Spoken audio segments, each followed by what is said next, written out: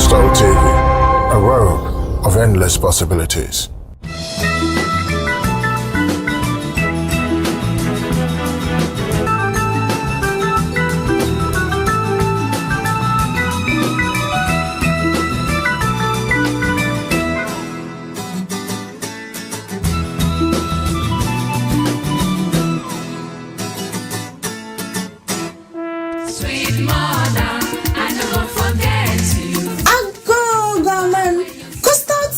And the Department of Gender, Children and Social Protection at Carbon at the Mother's Day Mediation Kokra Bremo on the 10th of May. Was a young fan Kai and Nanuno.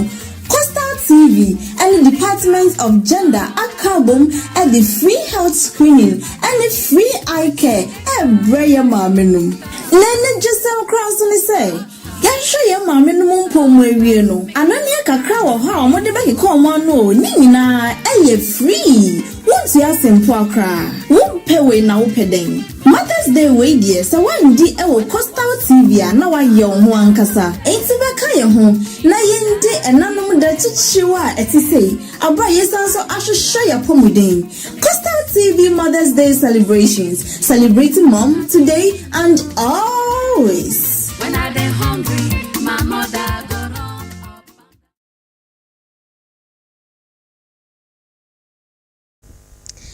Emamo akwa abaisan so emamo achi emo bibia happy new week, happy new month. Ebeda otumfo nyankopon ase. Eye nadom ene ne penti ena no pensi ya dase yete ase ne won kwaye wan hoden. Onya da na wo sorry say ya na wo hu say wo hoden na say yemfa gone to sumbia ntale wo ho anache say e say odi aseda ma nyankopon pa san say okwakoda no oni nipa bebre ena kodae but o sorry ne de enya guarantee say nyina ane ebe sorry nti enya sorry anopa say ya ese fata say ye de aseda e ba nyankopon ene say ye nyankopon Christian fo nyankopon ibio say wo nyankopon de no o ye separate one so ye different nyankopon bia a wosom no fa aseda ma no san say ono na wabọ ho ban ama ade pepe bi achion mesan so ama obi bia achi bebi a wo hwe ye fi bia no ye dase say anope wo de we fidie no ato Coastal TV we hwe say wo gidie e wo ye mu ankasa unim say ye wonye ma papa e de ma wo enu nti na anope wo de we fidie no ato Coastal TV digital channel no 514 yes also streaming live on Facebook and YouTube nyina nti no bomodin ase onsan so eka ye link ni bia obe share anase say obe cha ma afoforo so enye bi say ye Facebook na ukọ a onya type Coastal TV Cape Coastal onsa ebeka ye kana hu say Coastal any TV no space bi ani mfimfin bomu nti Coastal TV Cape Coast na say okọ YouTube so na type Coastal TV a ano so onsa beka ye no Cape Coast nka ho na Coastal any TV no so no space eda mu mfimfin ekwan da mfimfin nti say o type emu bia no a onsa ebeka ye na anopei jumadi aye di bia no onso onsa akabi morning mix jumadi esunie Monday edition fresh in box I say pan no aye free phone no mu foforo no fresh kra enu ntini nyina ye nhye ne so say bema ye video no akoso ada ye hye ase dia na ye hye ase abra ye de aseda no emma yaboafo bia o maso ya sen da bia meka se omu nni ho a ye nni ho omu nni ho a ye nni ho kra eyo munti ena ye nyina yetimi esori anopa ebetena ha say Coastal TV adwumayefo yetimi sori anopa ebetena ofidie so na ye adwuma sede ese na efata anopa ye nhya se emfiri National Petroleum Authority amusi yamomodian kan show say yesre bomodian na use gas na gas de ebeboa wo gas abemo odwane no aye easy se nejuane a wodi si bochi aso a anaso se coal pot so e beteki 1 hour anaso se 30 minutes ansa na se juane na ready no se wodi si gas so a acha ye 10 minutes nti no wo save time so ye money time sika fence yen time sika, time is money enti no se wo bɔ mmɔden na se wo yisi gas ya ɛbɛboa wo ama wate time na wo de aduan no so na wonya time bebre de aye niema afoforo omo sanse yen kan che o se mo a se ya petrol tanker bi enya accident a mo pese mo kɔ na mo kɔ so petrol ni ade ni nyina no mo ntie na mo nhye no so se saa ade ni nyina no emmoa wa pomuden na se petrol tanker no po esanso gi buma eno no gone too soon no enti no bia momode no nhye no so na ontwe no ho fi saa ne manema ni nyina eho na yensanso fast dan bi emma the taste kitchen services the taste aduane papa de opa the taste ho ana wa ye ho o ma se kokromoti no yensa o mo ho emmo pokra eno nti no se wo pa aduane papa bia atode a na fa woni chem wo the taste won fo woni anchem wo ha ehin pa na wo bekọ akoto waduane wo sa ho a omo ho a na wa ye ho omo san so eye home deliveries say your home say your dwumam say your school mu delivery ni na omo ye na o hwehwe omo a obehu omo ewo Abra market Kofi Apple cluster of stores eho na obehu the taste kitchen services so person wo fresh na ye di oduan ne bra wo fie so number no 024 285 0652 024 2850652 Besimi so asanso afre ewo 027 031 8324 027 031 8324 eno the taste kitchen services but modiana from one asoko hoye na unsabeka aduane pepe bia wo pe na yenko so fa asedani bi nso emba Nesto Ventures see yenkan show say so open light bulbs ahodo nyina ne ye use wo Coastal TV studios hampo na ehwent say shine bright like a diamond okọ ha onsa ebeka bi say chandeliers na wo hwehwa ne manema na as a glass na brofo no de bo mo dan esro no ho no ceiling living room esro ho no ceiling ho no nyina onsa ebeka bi osime nkan cho say TV no open ne kese ene wo living room no ebeye pempo na koho na onsa beka fridge ahodo nyina na etime chele ma na yesa Antarctica no koho ni nyina onsa beka microwave iron extension board crampo no moto bi wo ho bibia water closet bowls ni nyina no sink ni nyina okoha onsa ebeka Nesto Ventures ewo Abra opposite Methodist Church no eho na ubehu Nesto Ventures koho na ne omo enkodija na me catch you say enya ade a ubenu ho de biara da Diesel gift shop so say kan cho say achade ahodo nyina from akese ekopem nketwa adantam ni nyina Diesel say owobi ewo na kache ubehu omo ewo Interbetin Junction eho a omagidin nti udu na obisa say ewo hwehwe Diesel gift shop a akora ebechew bomodin na fa wani chemu ho na onsa beka achede ni nyina bi Men's Hardware and Finishes so say kan cho say ohwehwe omachi kwan a omo opposite Cape FM na eho no so o say owo paint mu champion paint mu kenkon paint mu John Cena ni nyina ebi wo ho na usan so electrical gadgets ne fridges ahodo home appliances nyina no microwaves ni nyina so okọ Men's Hardware and Finishes a onsa ebeka bi na onso odi adi udwuma fefefe abwafo yi na no pay ye de aseda no ema wo mo anopai midin no AFIBA ESSIEN makani say wies no na ma men kan so adwen so say anopai ye wakase ebo mienu miensa bi a de ebremo eno ntino na me sha say me ka che say bomode am wo fidie no enkoso anda Coastal TV na kasebo no ensema a wo bete ahodo no bi se ogwa fetu afahye no nyame adom mpanyifo ene nananom ede niema egu akwan mu alonche ne fefefe na utie kasebo yi kosi ase a obehu se ogwa festival anase afahye ba bedi no enema bebre ene bekoso ntino bomodin asa oni ye ntina na obehu ne ekoso yi na ende the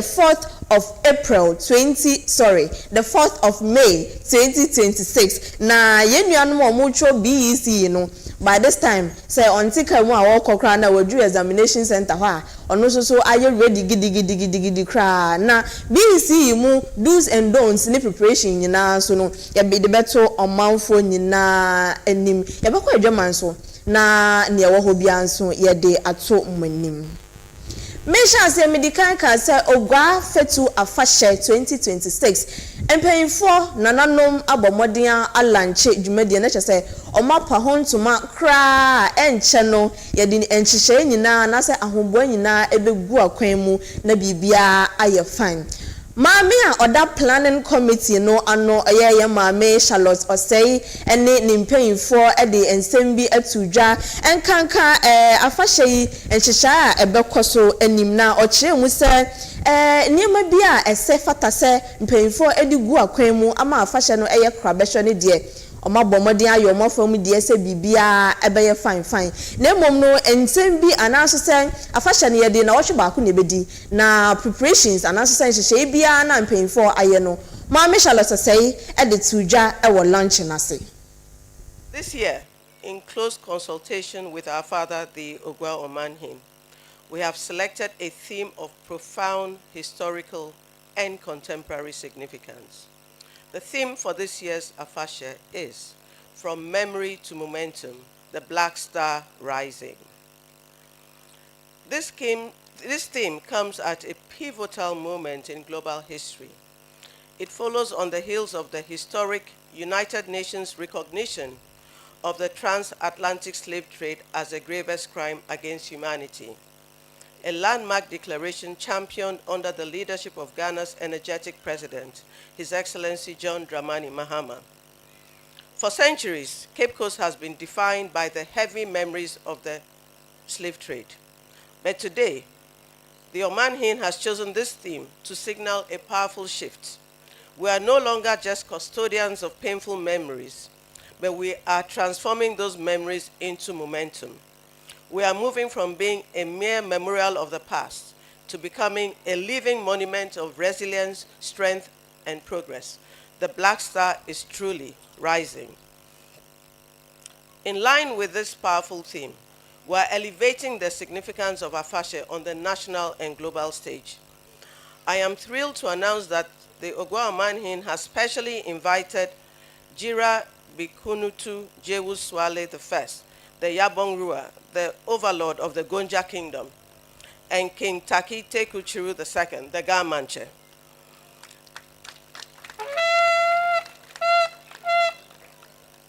Their planned presence here in Ogwa is deeply symbolic.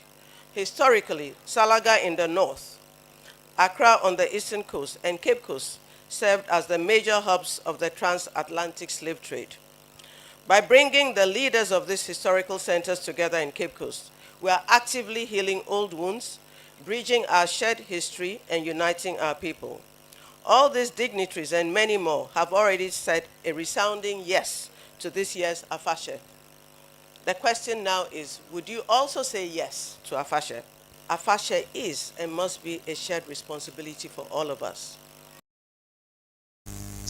Mami Charlotte Osei o kasano na osanso ehye se afasha ne yede hyehye so saa eya na omanfo institutions ahodo a ewo ogwa ha ye nyina yensom ezan se wonsom enye nipa se omoma so na se omanfo no ne institutions ahodo no ansomo a ebegiegu. The success of this festival cannot rest on the committee alone. We need the unwavering support of the people and, crucially, the business community of Cape Coast. Let us speak plainly. Businesses in Cape Coast, especially the hotels, the restaurants, the retailers, benefit significantly from the influx of visitors during Afashe. Yet, historically, there has been very little interest from these sectors in financially supporting the festival that brings this boom. Third-party event organizers have also been very reluctant to financially support the committee. But we need to be clear. We bring very high-profile guests of honor to our festival. The fact that they come increases the foot traffic and ensures higher attendance rates at all the week's events and higher media coverage. Cape Coast benefits from this. Cape Coast must also support the higher cost attendant to hosting high-level VIPs and their entourages. Currently, committee members are paying for their own lodgings at very high rates. Hotels are reluctant to support the committee with rooms. Even the rooms we need for the VIPs who are coming into the city during Afashe. We must ask ourselves, if the committee does not raise enough funds to put up an impactful, well-organized festival, how would the hotels, restaurants, and third-party event organizers get their patrons? This lack of support has to change. We urge the corporate and business communities to partner with us, not just as beneficiaries, but as true stakeholders in the success of Afashe. This brings me to the constant echoing cry of Cape Coast needs development. It is a valid cry, but we must ask the hard question: who is supposed to develop Cape Coast except the people of Cape Coast? Development will not be handed to us. It must be built by us. Let us use this year's Afashe to turn our memories into momentum. Let us support the committee, let us unite our community, and let us work together to ensure that the Black Star keeps rising. Jumedi Rasono Mrashebejani Emma Cape Coast South Mpocho Honorable Kweku Rickett Hagan Edin Animonyam Ebeta Jumedi Echi na Ochiremu no na Oka na Niswadi hu na Owo Emma 2026 fetu Afashe no na osanso ekasa kakra efa 24-hour marketer aban nhihye mu no opese odeba Cape Coast no ene garment factory opese obesi edema Ghana menyina no Cape Coast yenso ye chefa ewom mepede iguaman wonye nyije da ya Afashe ya yerbedi obaya afi Afashe sonko osana nyame chaza His Excellency John Dramani Mahama ni 24-hour economy market no wa magwai wa mayenko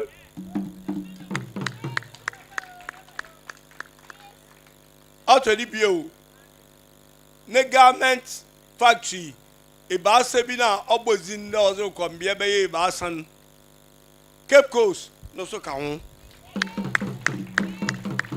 enti oya nyame na dom na nyame auto nsuguda yebenya market ina onye factory moze edwuma ba ma yembabu ni wenye edwuma ye maame num wenye sika was abonwotom anu na wada ahwe na ma wofie ye papa num wenye sika ozi bi etua school fees na wetua ma wada wotua nyaa enti the good times, the great days of Cape Coast are actually ahead. Our best days are ahead of us. Say juda mo abasin kwe oya hwemo onam do onam kwando norba with His Excellency John Dramani Mahama and I want kasa wo boyin a waso mo parliament kwekuri kisegen nyame ze na asana ba bani mu wan kasa wa adum no wo bohu de adwuma ye ba bani mu kro na ya kura yi na ye ntuma wie no wo bohu de ye ba ye ni nya na ye wie Ize oye gomitinenyi na osumam Honorable George Kweku Reketegan na oze asamdaw no ozenam nti osi minji na name na manka da masemi mfanchre oye the chairperson otine goma dem Afashe no obabado na Honorable se manka nchrew de okite nisika other support oye Afashe for 2026 this year. Sika other support here 200,000. 200,000 kanu sika ye 2 billion. 2 billion. 2 billion. This is coming from the Honorable Member of Parliament or Cape Coast South. Now, so Oye board chairman for Ghana Revenue Authority, deputy majority leader, now the leader of ECOWAS delegation, Honorable George Kweku Rekethagen. Na owia onwie. Osi onwie. Oye ejumoku a wowo Ghana ha. Wajiji sika ma aban ozi yempuntujuma. Oye Ghana Revenue Authority. Onu Honorable Kweku Rekethagen. Na oye gomtinenyi zema oye Ghana Revenue Authority. Na afiso infida Ghana Revenue Authority boboy. Oye afeshano mozimu wosika kasepa afiso oribe onye Ghana Revenue Authority onye wana akasa. Inti JRA is also going to support this year fetu afeshe with undisclosed amount of money. Apart from that, onabunyi oye ejumoku ahro akasa akase so onye wana akasa. Dan wanyina damafi wambra na wamfasika na enyimenyam mbehye oye fetu afeshe 2026. On behalf of Honorable George Kweku Rekethagen, Honorable 2 billion denchena JRA so wa babobwa na ejumoku ahoro so wa babobwa. Cape Coast Mayor Honorable George Justice Arthur na ojinemu na oye to sikano presentation na odema empanyfo. Empanyi say opanyi dwari ya na nsu asan enunti na osabarima Dr. Kwesi ata otoso mienu oye ogwa manhene ebo modern na ode na no disem etudwa na okasafa 24-hour economy market no eho na ochire mu se omanfo nyina se wo ye ogwani se wo nye ogwani se baby a 24-hour market ni beko bia no emfa ho se ba ukrom se amba ukrom ye nyina yenyekro na yenkekamom se ne be ya asundwe ebetena yentem na nkoba ne se 24-hour market ni nti menteme ho ase ne basabasa ebi ebeba. Igweya was a 24-hour economy. Orba megwe. I am Brahma and sonofo, bentufo, anafo. Orba megwe. Na se enyara yeshase. Yazihanwuruku wankwa. And when I why gender were boy yan, or boy she baby for was our cook. Ne, and here, nay, I own. Or begway, one ma yen yedzi, Monbrew gway. Na when yan ye ya. And for so bedroom baban, he in area boom. Otie bien, garment factory, no so, ye minister nakasa wajatum. No so ye nyasase or besi. Na washa yan airport ya kanwa sama kaka. Yar fetwa ya za shembi. Inti one bompe manoso ya kan wa ya zi wa jatumame. Osabari my sign kasafa Orange Friday no ho ye nyina nim se eye dwumadie ba ku bia omanfo ani gye ho pa nkanka emabunu no na osabari ma echire mu se afi de na ye ba be ye ne de afi Orange Friday na ye ba be ye ne de obeje mu ama planning committee no ama omankasa atutu niema se na be ya yie ebeto yie. Oh yeah, your best fashion. What would they feed them? Yeah, my hair brands here will pay. On the outreach in Orange Friday. Now, over the years, and some of the BNB appropriate nature, one share ya or the Hanruko foam. And see, offer this year, as a requirement, Orange Friday or Babado, Yan Chum, name more organization and Mazeraka Afasha Committee home. Ma wa organize the ye. Wa ma enyanso na nzama bani bia oye opepwe men ya banaze ya hwe ne ye ya o wo meda o de wodi ho anwa Now, so baby, I wasn't in a man on reflect you great. Yan the intimate someone. Often there this year onwards. Orange Friday celebration and Mezama a official committee. And one no about share me aye.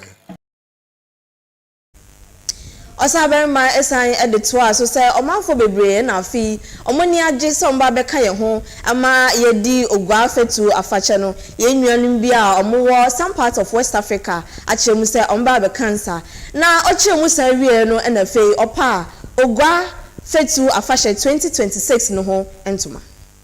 All the kente weavers all these Abidjan, Togo, one kente weavers was Obaba Kenya home made our fashion.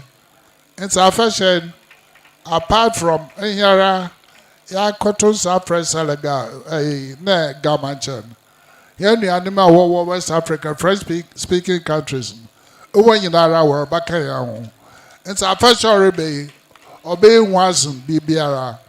What may hang in our year 5 general queer. Ye nipa queer. Yam boom na yama afashe on your wounds and Moabas no quagina.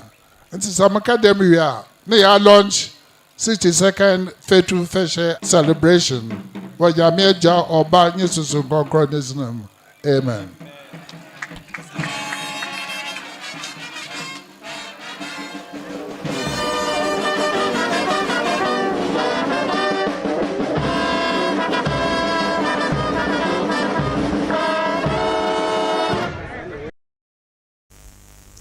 Yet akasiebo no eswa na yede call BEC for akache na ende na adisuafo no candidate ni nyina mo am register nyina no omo share omo BEC ensosho no ase wayek echemu a enipa omododo ebro 620,000 candidates na a register ende Ghana ha nyina omokwa akotro ensoshe eno na yene mpanyifo edi nkomo efa eba no BEC preparation no kra eho a etisen na owura Samuel Prince Tete a oye Cape Coast Metro Education SHS training officer echemu ogwa ha say anaso say Cape Coast Metropolitan yen preparations nhihya aye de kwa akotro BEC no kra mpo no etisen ti inde za obotrum zobe sheet ni na waba cancer ni nyina se okede nam po yen twowa ibitumi atwo okay nchon mutum Miss Wonder said there waba cancer we wayek bibia wo ho etwa as for logistics say pensions so be use no so wayek no provide no so waba cancer ni nyina centers ni obi an saka nti often there ya crowd no say mutum akede ya crowd pa in terms of logistics and everything is everything often answer book questions na kasazi on normal cancer okay on normal security reasons okay on normal cancer maka often answer booklets ni shading na de cancer na questions na zi onigwe on normal bambo nti ibobo papers no bambo no nsam na mo sorti nti wodi me pie gu akwema oma nti na ehiem from kacha from there momo bia na yanda podo o se na podo belemba in fact you be disappointed yet na papa yim time wo ba yim mo so we wa ba nti bia ntum onkade menya question tim the bro akodi sama nti mo from ya ka cha won nti ask for questions na zi Ghana police na bo bia won ba okay nti ya track am won mo so wa reply nti sente bia police personnel na mama kei mfontwem secret no ho ni do kwa ka chimo framan ntafa biara o tie yin biara yesro wo ni wode wo be chawo na mo wode obobon wo ban okay nti wo ho a ambo bi so ofi agba no eba obeye bibia onse no fata ofa exams no wa wo ho a wo te bibia mo bibia wa kototi na the papers the papers to kosa ka bia paper no bia so policeman okay atasa ono oyi often escorts okay nti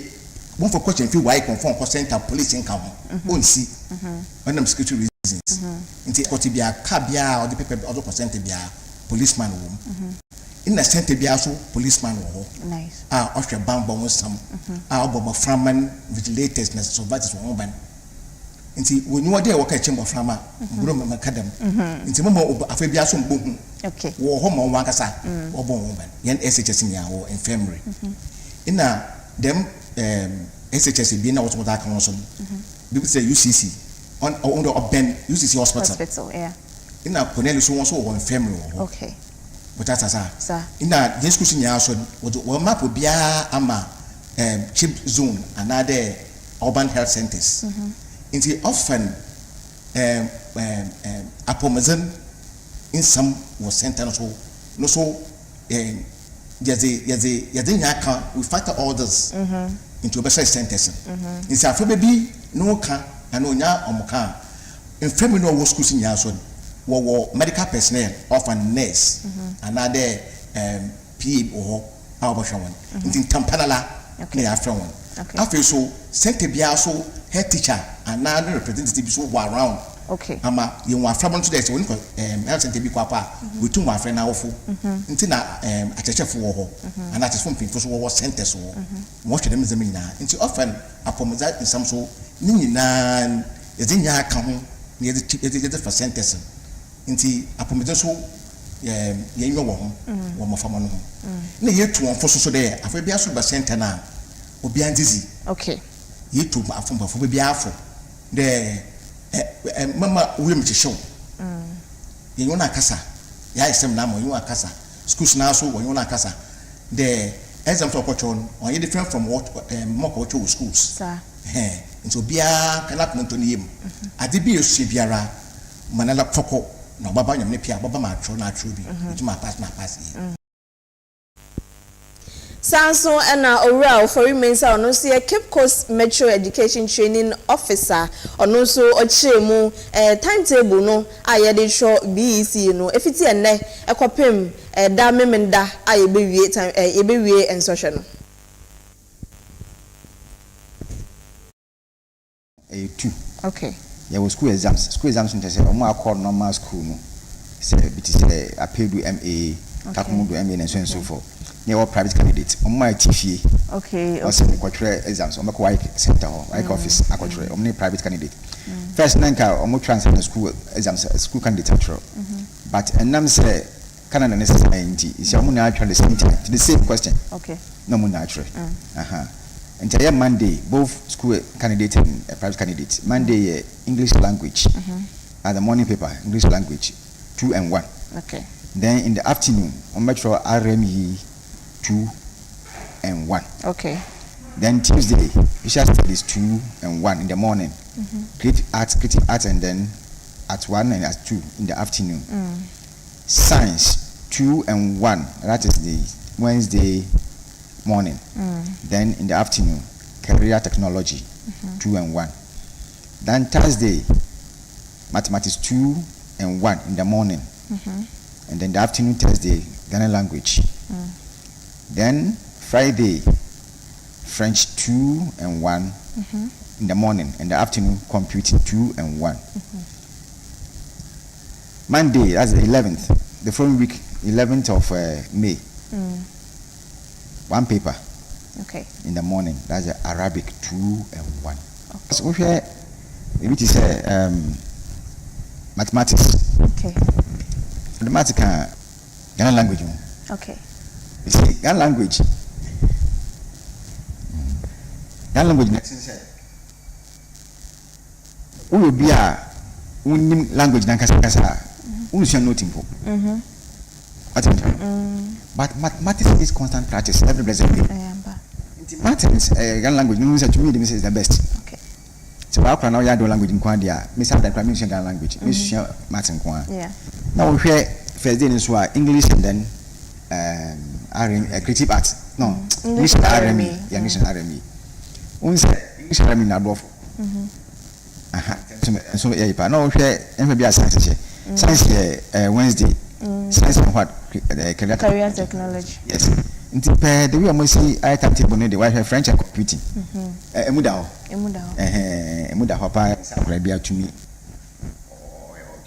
ego barot sanso ana wayɛ payinfoɔ akyerɛ mu sɛ bibi a friend sɛ examination more practices anaso sɛ apɔ ne mewie mu ne me fa ne sɛ ayɛ sɛ ne me talk questions na adeɛ no afei anya adeɛ on beso so kra na wo bi wo yɛ student anaso sɛ mo dɔso na mo yɛ mo adwene sɛ mo be wia exams ni mu a mo results ni na cancelled eba ne sanso e be sanso aba ne from writing exams till further notice na o sanso eche mu sɛ anya adesuafo nko na mo invigilators supervisors teachers for mo ne adesuafo no ekoya a Maya margin say mo befa kwan bi so na mo wiewia answers anaso say bibi a ensem fata e de akọ examination ho ni na no mo tie na mo nhya no so say ye chiwa emra no ene ubedi no nyonyonyonyonyonyonyo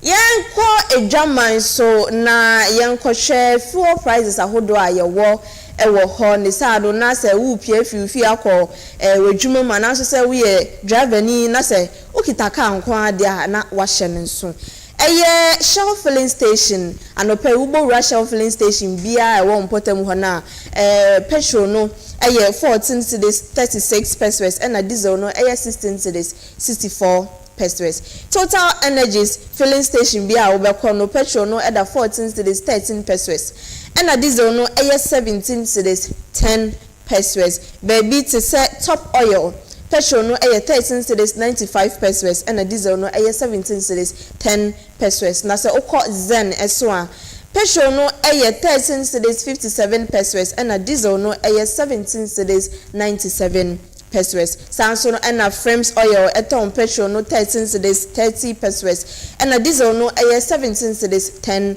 pesos. Benab Ebema petrol no 13 cedis 30 pesos and a diesel 17 cedis 10 pesos. Well, at home petrol no 13 cedis 25 pesos and a diesel no 15 cedis 66 pesos and a Star Oil at home the petrol 13 cedis 25 pesos and a diesel no 15 cedis 55 pesos. Pacific at home petrol no 12 cedis 79 pesos and a diesel 15 cedis 98 pesos. JP and so at home petrol no 12 cedis 57 pesos and a diesel 15 cedis 87 pesos. We any ne ekeka ho bi na se okọ online platform no so na se o type petrol prices in Ghana onsa ebeka we any ne eka ho bebre. Ashafo ne etiefo ye begina edwaman so ensemi so na ye the Coastal TV morning mix kasebo Mondays edition the 4th of May 2026 kasebo no na ye di ni na ebesi na mom no ye twa ye ho akwaba na afei de ubon krata ewo ho no ye de abeso mo. Sweet mother, I never forget you. Ago government Coastal TV and the Department of Gender, Children and Social Protection at Carbon at the Mother's Day Mediation Kokra Ebremo on the 10th of May. Eriasenina eyesi was a yafan kai enanumno. Coastal TV and the Department of Gender at Carbon at the free health screening and the free eye care Ebraya Mamenum. Lene just some cross on the say. Yansho ya mame no mpo mwawie no anonia kakra wo ha o mode be ko mo no ni nyina eye free wonti asempo akra wompe we na wopeden Mother's Day we die se wandi e wo Coastal TV na wa ye ho ankasa enti be ka ye ho na yende enanom da chichiwa etise aba yesanso ahwehwe ya pomuden Coastal TV Mother's Day celebrations celebrating mom today and always. When I dey hungry, my mother go run up.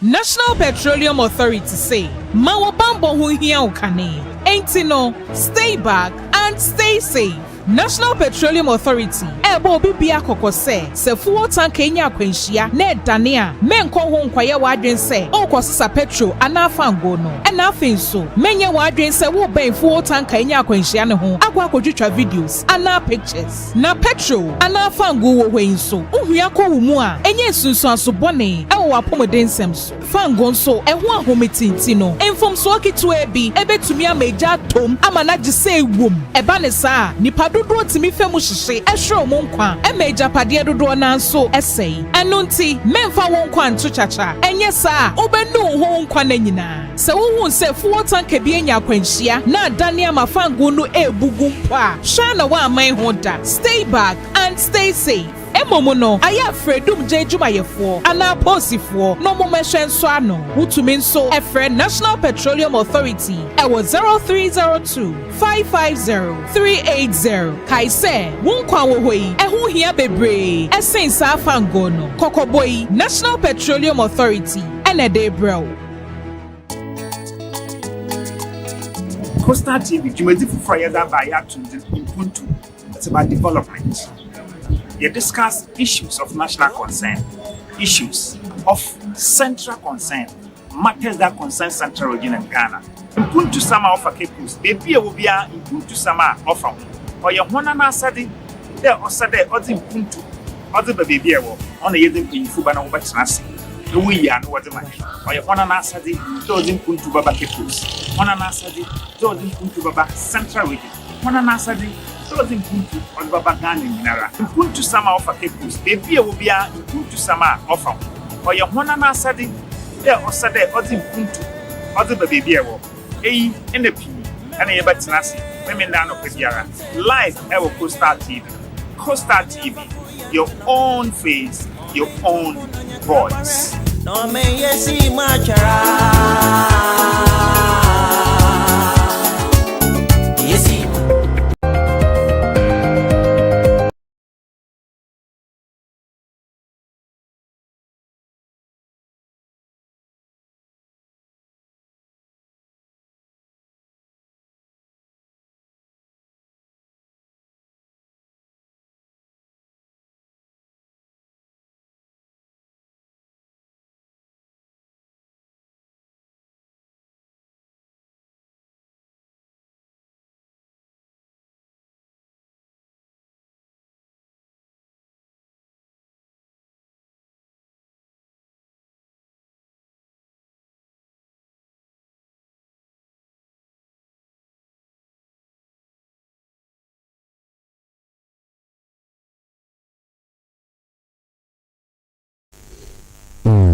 Yaba.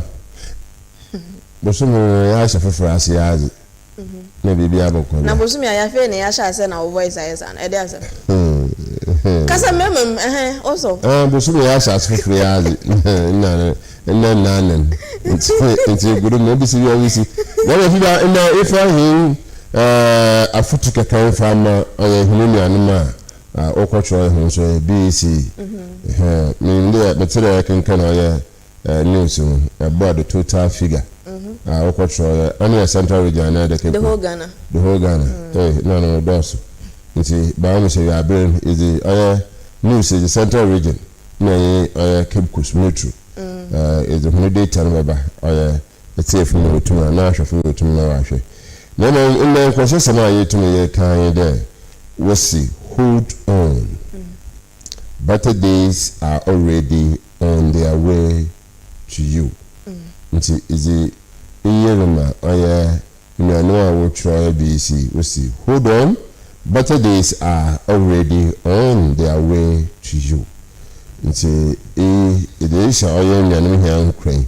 Na wenjina na ndama papa na mkwanda otumno oraba hono. Nti mama tene fi ntumi na yan shanenso. Na weekend it's a to come for Western Region na kwanima. Ya niyo. Na Western Region is my new Western Region. I'll be some go Western Region. Na asala haya yewe ahela oya ha. Ghana haya niyo enko kebia. Yo, nati. Yakwa kere. Oh, na obi na worry na meja me de ma ho fe kwata na chi eja worry na esi me na so me na e be egu ebi ni wala wala si wona do esi me na so okay me na e be egu nti na wasa me nkona me nkota o machi na bibia anya fan ba nyame adom ode akode aba I see ekwan yi so na me say oma a driver phone bi no sometimes station masters no mun scrutinize the drivers na pa ansa no mo de cars na show mun sa me say anwa ka kit we bi anga bi a anya gon to usu na e be yensa mo ba be sra me wo hospital oh me say overtaking bi a ye car sprinter bi o oh yeah me o sha say so driving now from the station na me sha say me kasa ho but now so mo ti me je no obi ehun what is wrong with the way the driver no all chicken it was sha say na me sha say na I say akwai say won kwa na wo pe kasa what is he doing na won kwa wo pe kasa okay overtaking be a driver ni ye no e ka kete sanka driver no fi the other side neighbor no one slow down kase bi ka beti anu buyan gone too soon oh yes nyankopo wo ho bo ye ho ban ni ade nyina na emom ye driver for no so no driver for no so nya hwe yi na ye gu achi ho na ye kasa na driver munya abotre me se what wo kwa koku ye nya abotre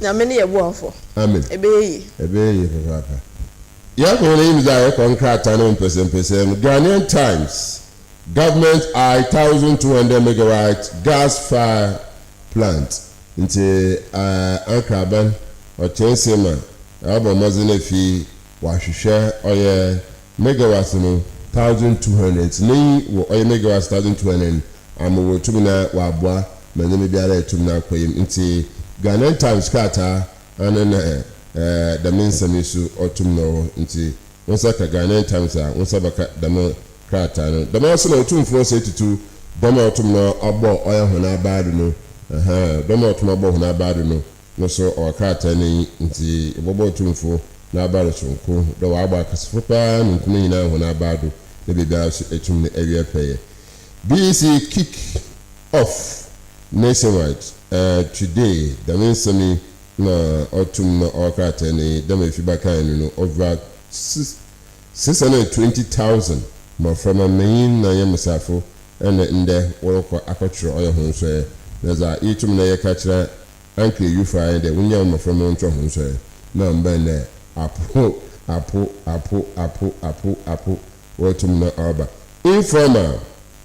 informer light wave dragged a candle to court over defamation nola ma ba ebiara yina mbena nka bia na obachire nti wosi onua akando oyino ko oya asendibia na oki nsembi ano ma etum na da OMAR sumdi abanum etum na akwenyim mama back OSP's powers nti twa akọrọ aba OSP sisi ara ogina oya asendibia da oha na chere wo scrap oya tumne gina nchen kwa na uditum na akafa baby fufu Galamsey public health emergency don't be the too much chance of Galamsey di wabe apomedene sam papa awode ba mazindi pehin papa na fi yetum na yehwe yaza awode yetum na yedan ni jakra Sunday anhwene ya nazamba pi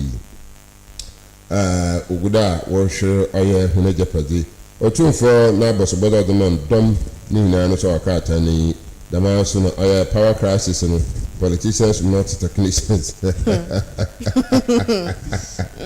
politicians not technicians ehwa mo nti akawo kono de oba kono da no obi nye technician na ehwa mo be biara adama Ghana yetum ne yako oye hineyim papa Daily Graphic no so finance minister filed tax returns to boost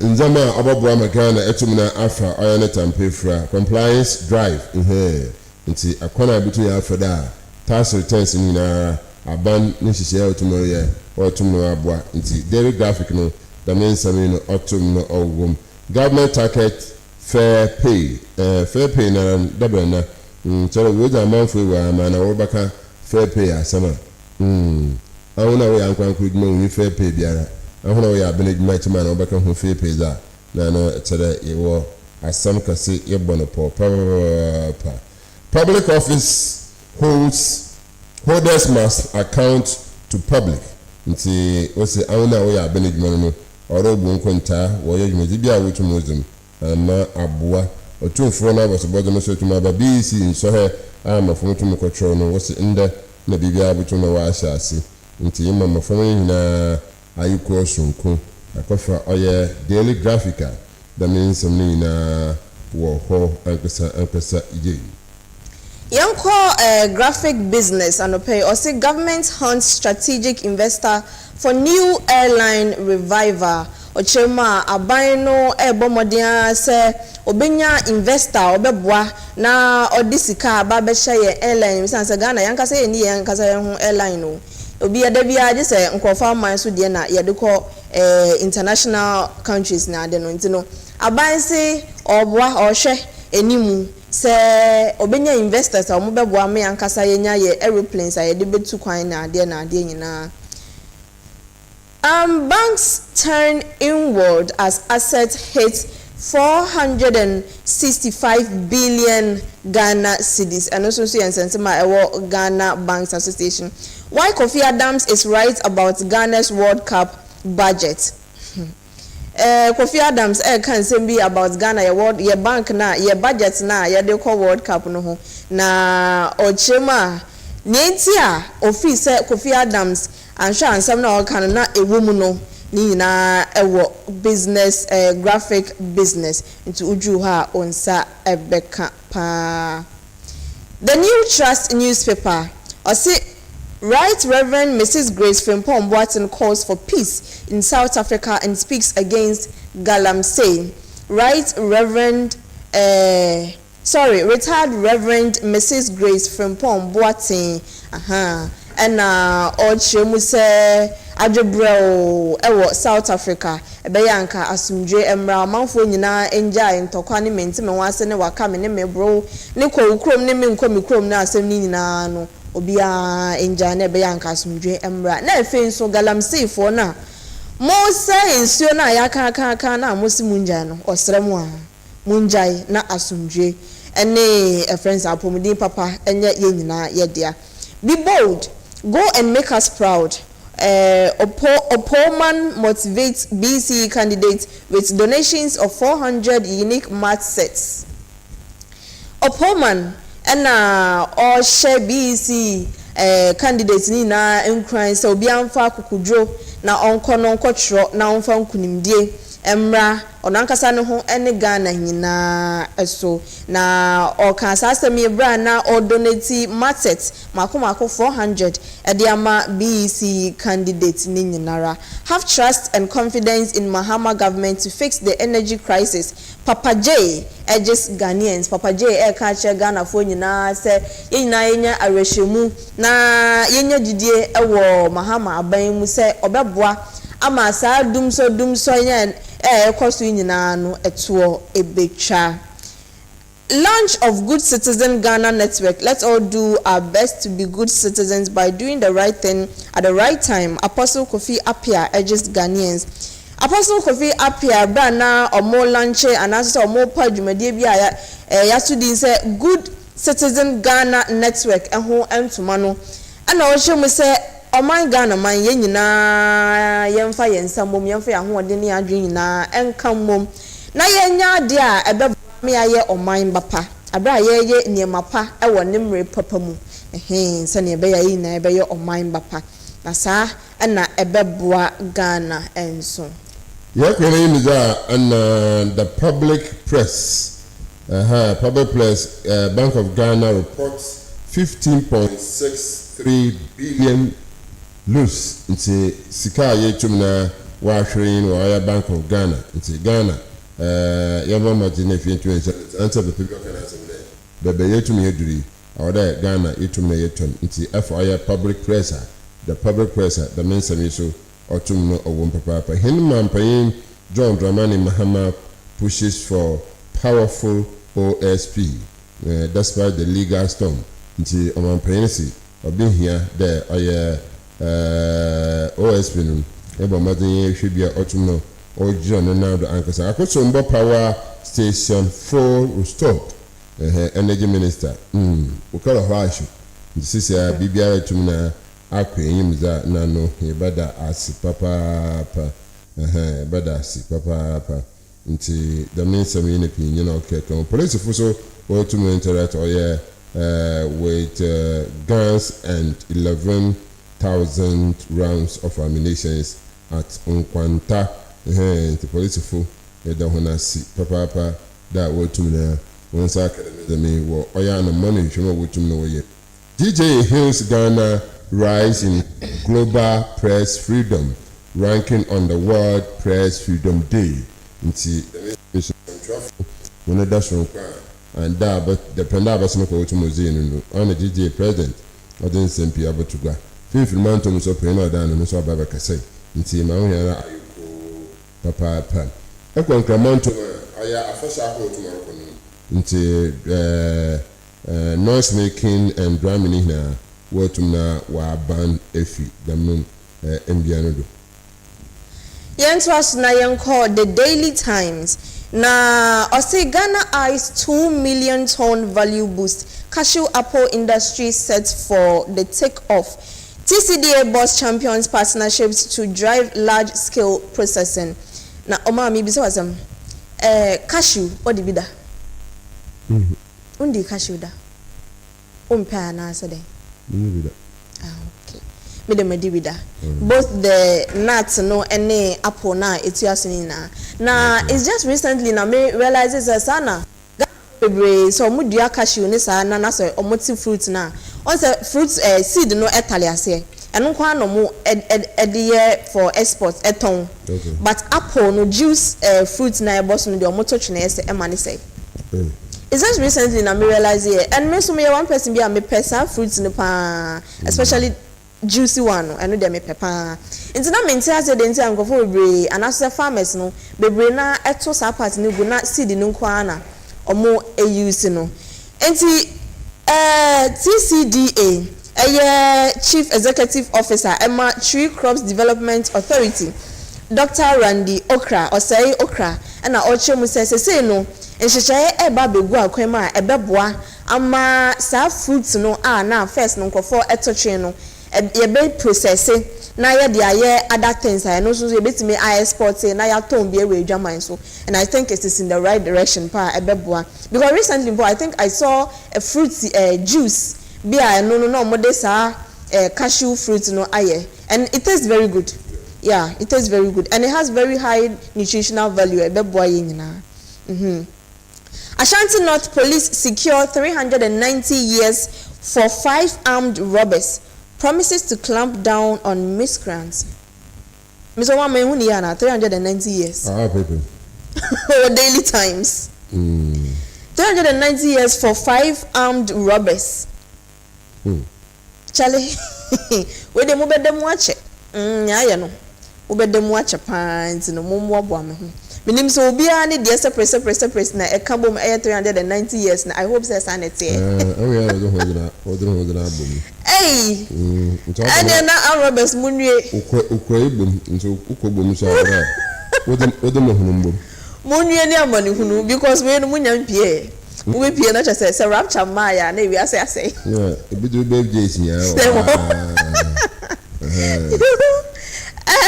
Original Paul for you that has say or say energy supply stable. Jinapo assures Ghanaians. Jinapo HMS say energy supply doom so be anyhow. Me call takrade for the weekend the men who doom so be aho. Minim say na more experience you kept process here. And I'm light and do. No, this week is it weekend the ankasa. Okay, weekend is it. Lighthouse be am. Lighthouse one community. I been in community we do. Okay. Yeah, because me call takrade so na doom so be anyhow. License is 24/7. Say I call ho no wondum nyere doom so be anyhow. I call ho no wondum. Oh, me call ho na me kan me call ho no man who doom so be a. I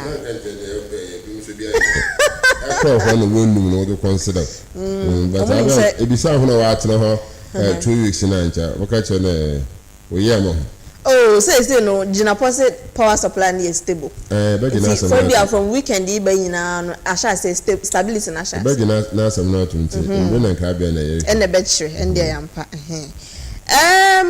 Nanumba South District records significant development gains under DCE Honorable Musa Abdul Rashid. Nanumba South District no muchirema enema ekononim e district nimpa enkanka fiti time Honorable Musa Abdul Rashid ebeye DCE ne de enema ekoso ankasa eno ne asema wo Mahama in Libreville for Innovation and Development Forum. President Mahama akwakopiemu ewo obi man so ayefre ho Libreville. Ni nyina eyese ne be ya odi mpuntuo ne nkanko ebeba entia. AFIBA awkara he Okay. On bo banchi. Hey. Abedi banchi. Bo banchi.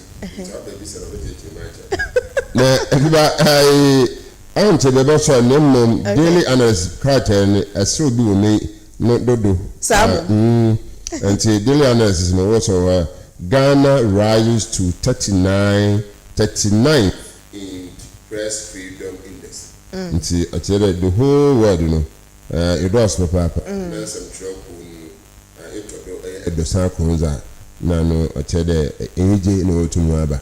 The Ghana for we dey dumezina yim no bo homazin papa. Na akaso a was a minority raise alarm over through 44 billion Ghana cedis Bank of Ghana deficit. Now, as an majority koko defend Bank of Ghana. Into the most of your other way. Oh God. The uncle is I'm on your same day with the chat. Never ban. I'm on your same to me, ma so phone boy. I will be person. I will be uncle. Ese minyewi. What you Last summer, I look at the same place, you know. And the one doing who's that? Okay. All the base, I'm not so different. The man, we are and so now we will be as though I'm a man today, a preparing to me a farmer. I am a free crowd. It's a Unia Michael Techi, Baba. Na ina bon komo na aba this na bo banchi be say this na bo banchi bo cheche mat ona eba ko bo so besasa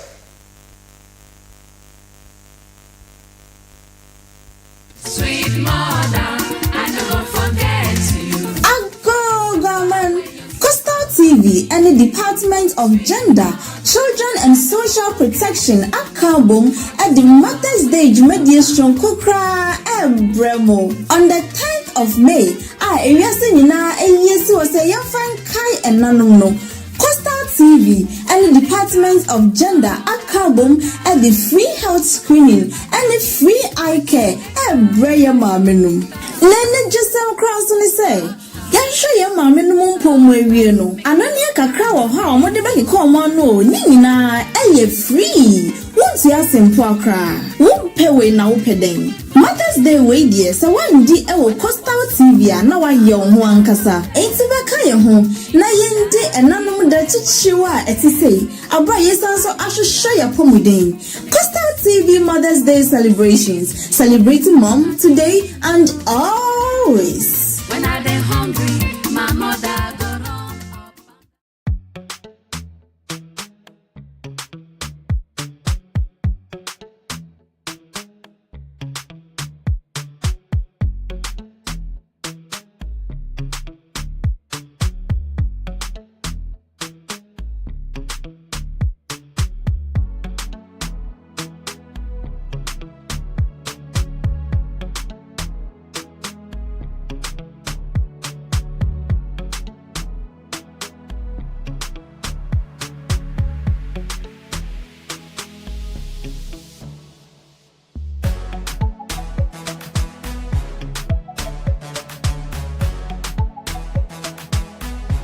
We sell gift shop, a place you can rely on. You call on us and we'll deliver. Thank you.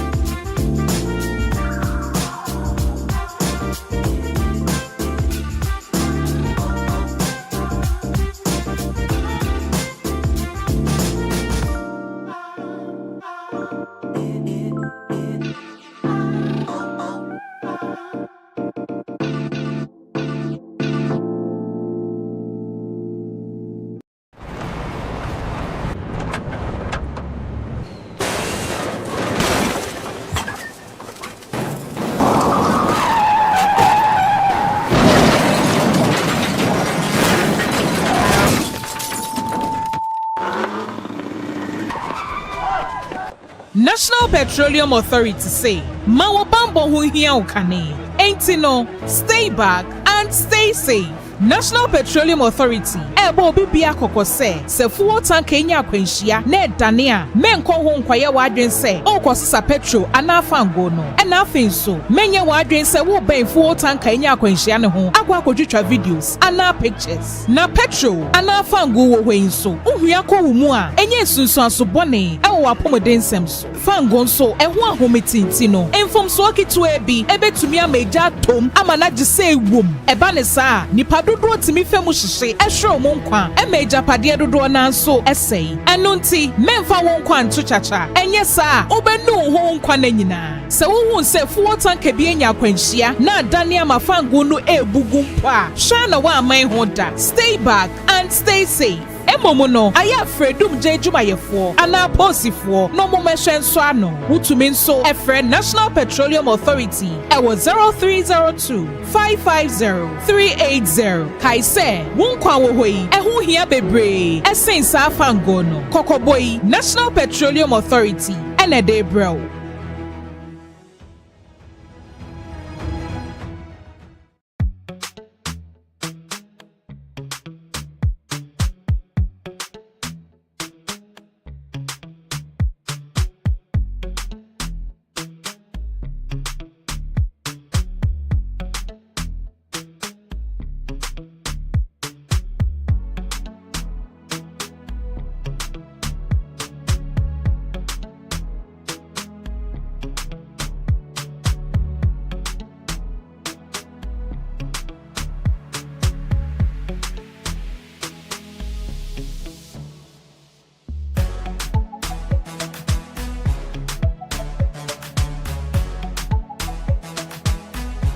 We sell gift shop, a place you can rely on. You call on us and we will deliver. Thank you. Sweet mother, I never forget you. Ago government, Coastal TV and the Department of Gender